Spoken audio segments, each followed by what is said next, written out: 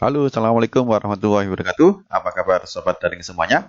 Oke, kali ini kita akan membahas satu tahapan sebagaimana video tutorial saya sebelumnya. Di dalam kegiatan evaluasi belajar mengajar untuk setiap pertemuan itu ada dua jenis ya, ada tugas dan ada kuis. Nah, yang tugas sudah kita sampaikan di video tutorial sebelumnya. Sekarang kita akan membahas berkaitan dengan kuis.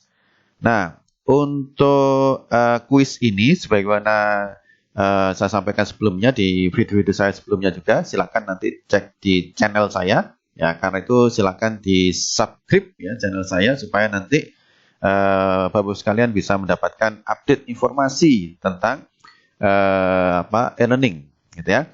Nah, di evaluasi dalam evaluasi itu bisa dalam bentuk tugas, dalam bentuk kuis ya. Kalau kuis nanti itu soalnya banyak ya. Apa bedanya tugas sama kuis ya? Kalau kuis itu nanti bisa soalnya bisa multiple choice, bisa essay, bisa true and false, dan juga bisa penjodohan.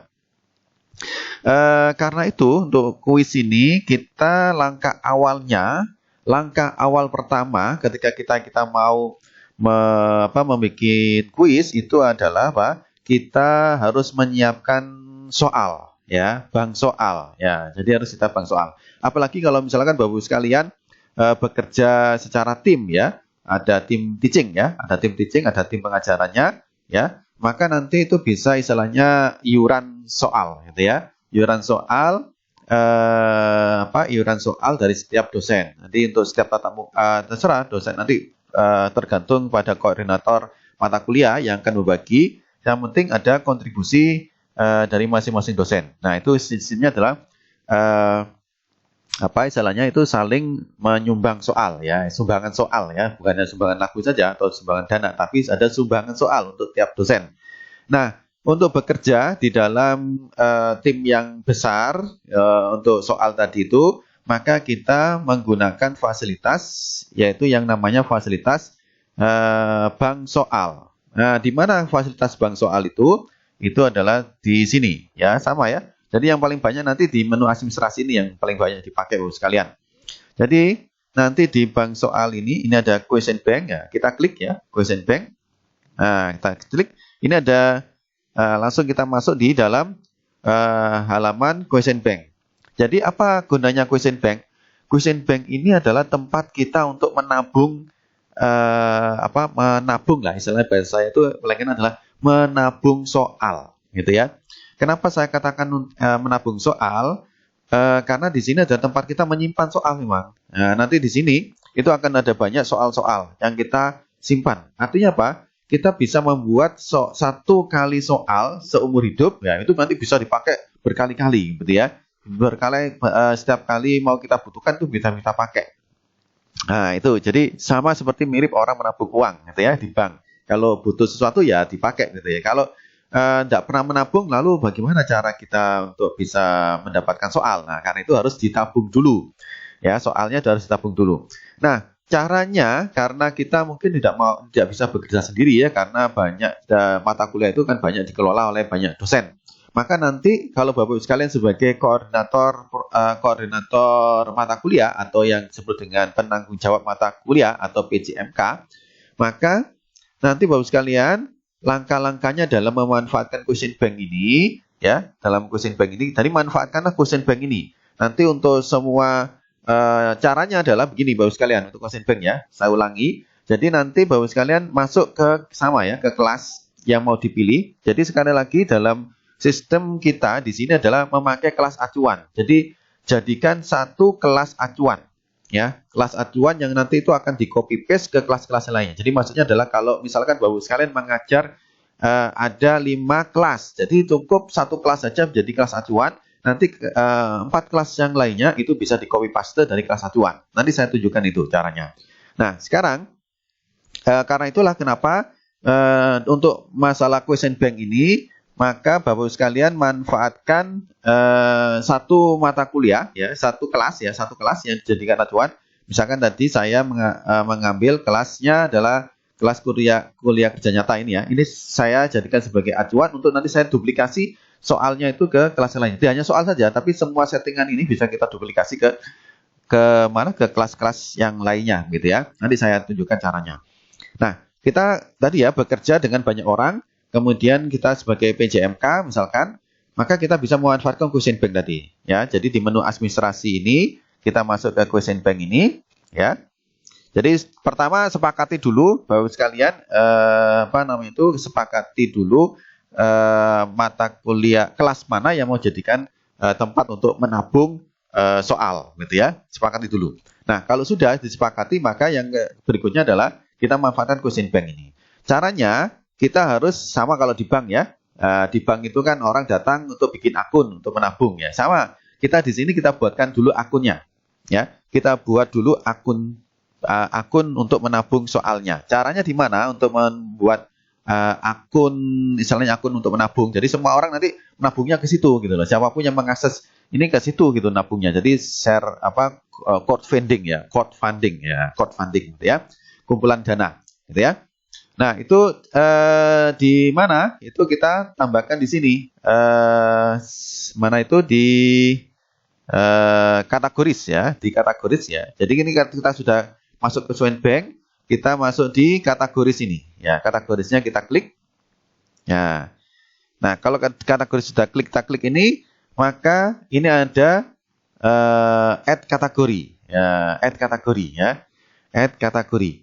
Di sini biasanya nanti tertutup gini ya. Kalau di bawah sekali nanti akan tertutup seperti ini ya.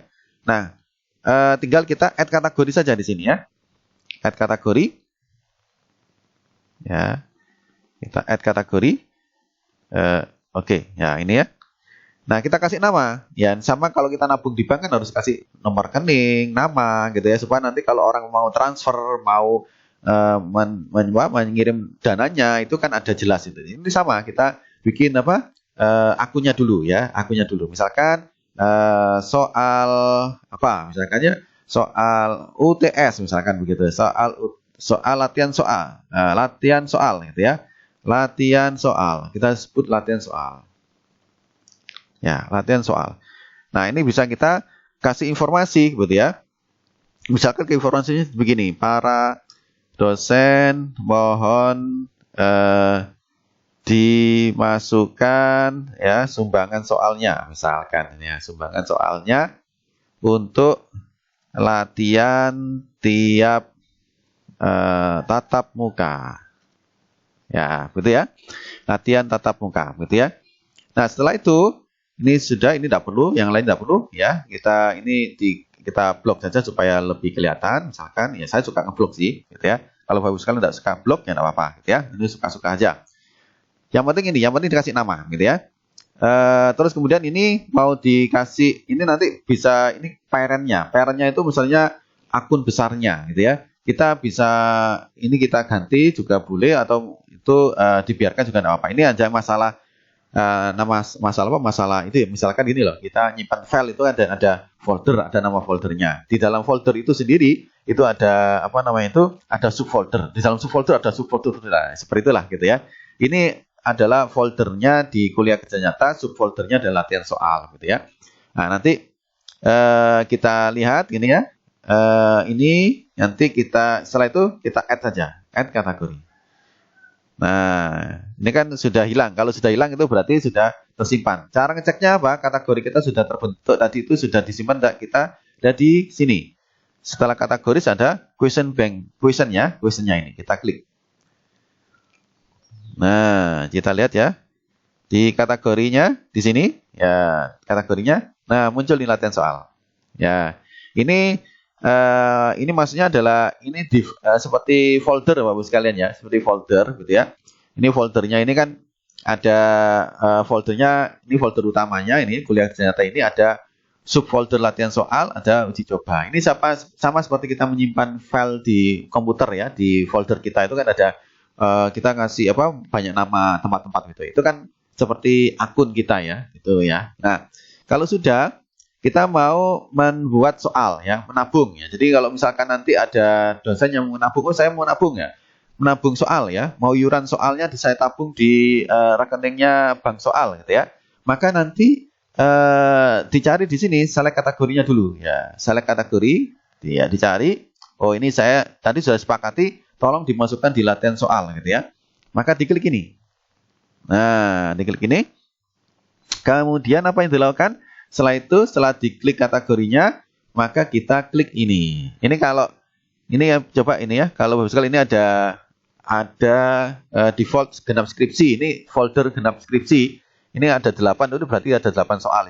Isinya ada 8 soal. Kalau yang tidak ada angkanya di belakang ini, itu berarti belum terisi. Ya, ini ada 2 folder yang belum terisi, latihan soal sama uji coba gitu ya. Nah, ini sudah terisi kuliah kerja nyata ini. Kalau tidak percaya, kita klik ya. Nah, ini kan nanti ada isinya itu. Nah, ini ada isinya gitu ya. Kalau kategori skripsi tadi, nah, itu kan ada isinya juga gitu ya. Kalau kita lihat tadi latihan soal, nah, tidak ada isinya karena belum kita isi. Nah, sekarang misalkan tadi ya, ini ada para dosen mau dimasukkan sumbangan soalnya untuk latihan tatap muka gitu ya. Nah, oke, berarti dosen yang lainnya pun akan masuk ke sini gitu ya. Jadi caranya tadi apa? Masuk di question bank ini, kemudian di select kategorinya ya. Kategorinya yang mana? Tempat ini adalah akun tempat naruh filenya. Naruh latihan soalnya gitu ya. Misalkan ini kita klik latihan soal gitu ya. Kemudian setelah itu apa? Ya ini create new question. Ya, create new question. Nah, di dalam create new question ini itu ada 4. Ini sebenarnya ada banyak ya, ada banyak. Itu ya. Ada select missing word, ada ini macam-macam ya, terserah lah nanti. Tapi sementara ini Bapak sekalian belajarnya adalah cukup ini aja 4 ini ya. Nanti silakan ditambahkan lagi drag itu dan sebagainya tuh, silakan Bapak sekalian mengeksplorasinya ya. Sekarang ini aja, ini hanya sekedar variasi saja sih, variasi saja, variasi dari dari cara kita bikin soal. Jadi kalau di sini banyak sih, ada berapa ini? 1, 2, 3, 4 ya, 5, 6, 7, 8, 9, 10. Ada 10 ya, ada 10 10 ini ada 11 ya, ada 11 model soal gitu ya. Tapi dalam kesempatan ini ya, saya rasa 4 soal ini sudah cukup memadai gitu. Karena ini sering dipakai yang 4 soal ini. Gitu ya. Kalau mau tidak bosan ya nanti dikasih tambah-tambah yang lainnya. Monggo silakan. Oke. Sekarang saya ajarkan bagaimana cara membuat soal yang dalam bentuk multiple choice ya. Ini yang sering kita pakai, kemudian multiple choice ya. Kita klik saja di sini ya, multiple choice. Klik ya, kita klik sini. Kita add gitu ya. Oke, kita add. Nah, ini apa nama itu? Kita kasih nama soalnya gitu ya. Kita kasih nama soalnya. Nama soalnya itu sifatnya adalah nama soal itu adalah sesuatu yang identik ya, yang nantinya itu istilahnya itu bisa istilahnya bisa dipanggil ya, bisa dikenali ya, bisa dikenali oleh setiap orang gitu ya, bisa dikenali oleh setiap orang gitu ya. Misalkan ini soal TM1, soal tatap muka 1 misalkan ya. Tentang tentang zakat misalkan begitu ya. Ya, begitu. Jadi nanti tentang zakat terus nanti dikasih namanya siapa misalkan. Tapi sebenarnya tidak perlu nama, tapi akan muncul nanti ya. Oke. Kemudian ini soalnya.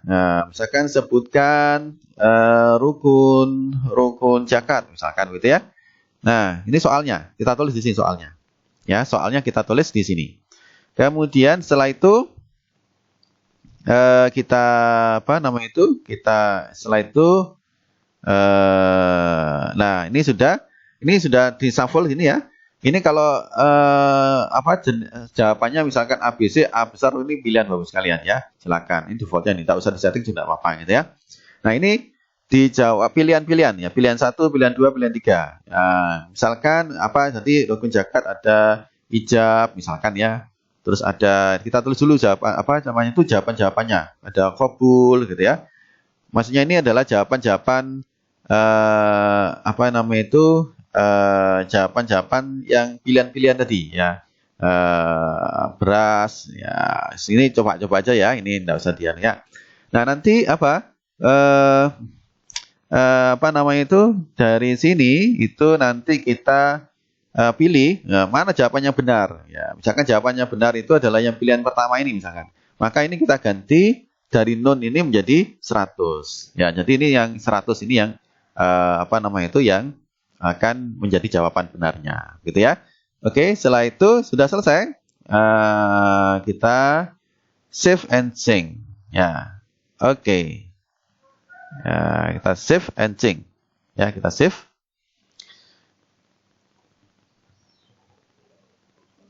Nah, kalau sudah tersimpan itu akan muncul seperti ini, gitu ya. Nanti sudah kita simpan karena muncul di sini. Jadi ini di latihan soal ini ada satu soal, gitu ya. Nah, ini maksudnya adalah kenapa ini harus dikasih nama tadi supaya kita tahu, gitu ya, soal TM1 Jakat, gitu ya, supaya nanti PJMK itu tidak bingung, gitu ya. PJMK tidak bingung. Ini soal tentang apa, gitu ya. Ini juga ada nama pembuatnya. Ini yang membuat tadi saya. Kemudian kapan terakhir dimodifikasi itu akan kelihatan juga. Jadi bisa kelihatan soal ini sudah dimodifikasi atau belum, sudah diperbaiki atau belum, itu akan kelihatan semuanya terekod di sini. Ya. Jadi di sini apa namanya itu sudah jelas nanti karena kalau tidak dikasih nama yang jelas, nanti PJMK-nya bingung. Ya, mungkin tidak bingung ya, cuma akan menambah pekerjaan PJMK. Jadi misalkan ini PJMK-nya tidak tahu ini soal apa ya. Jadi PJMK ini ada preview ya. Ini ada copy, menu copy, kemudian ini ada, enggak usah, ini yang paling banyak di sini ya. Edit sama preview sama hapus ya kalau dilakukan penghapusan, gitu ya.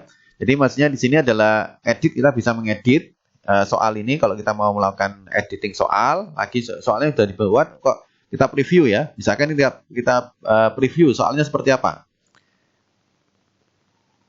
Ya, jadi kita lihat nanti di preview ini itu tampilannya di Mahasiswa nanti seperti apa, gitu ya. Nah, ini adalah previewnya. Jadi nanti ini sebutkan rukun zakat ya. Nanti Mahasiswa akan memilih seperti ini, ya. Gitu.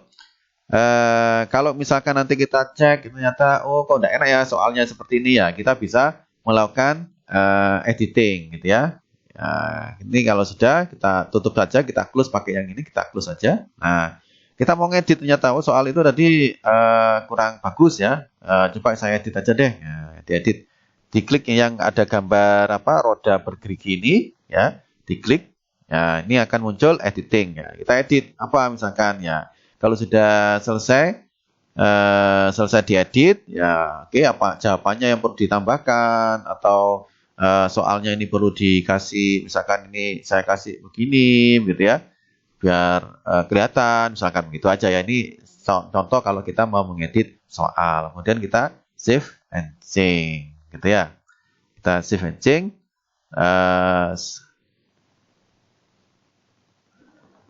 Oke, sudah save and sync. Nah, ini sudah. Ini berarti bank soal nanti bisa digunakan ya. Jadi itu cara bagaimana kita memanfaatkan bank soal untuk bekerja secara tim.